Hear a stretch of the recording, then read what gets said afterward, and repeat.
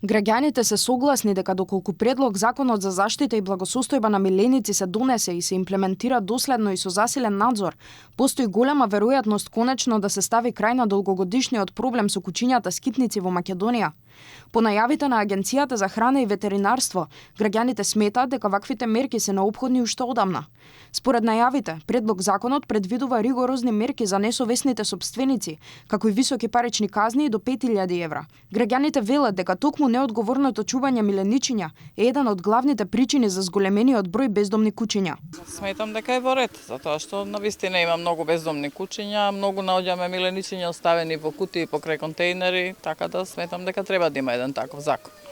Па искрено поддржувам и мене исто ми е спасено од улица, така да најстроги казни.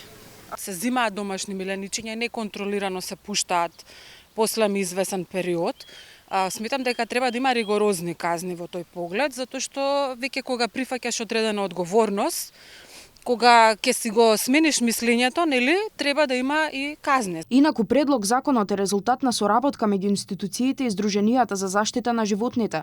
Засега само е формирана работна група во која учествуваат ЗЕЛС, Ветеринарната комора, Факултетот за ветеринарна медицина, Министерството за животна средина, Министерството за локална самоуправа, како и граѓански организации како Анима Мунди. Па сигурно, ако се почитува, сигурно дека ќе го реши. Па се надевам. Се надевам дека ќе има поголемо вдомување на уличните кучиња и дека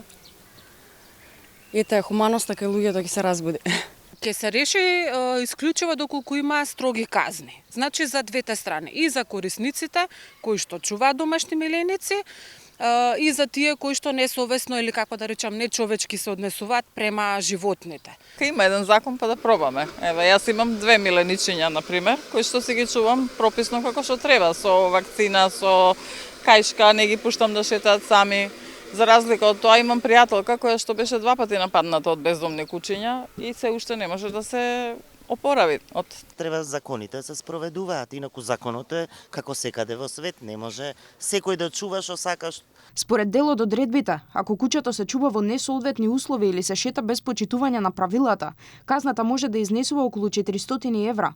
Во случај на малтретирање, нанесување болка или повреди, како и сурово постапување со животното, казната може да достигне и до 5000 евра. Од АХВ најавуваат дека предлог Законот ќе биде презентиран во 8 плански региони, со цел јавноста да се запознае и да се вклучи во процесот на доработката и корекцијата на Законот.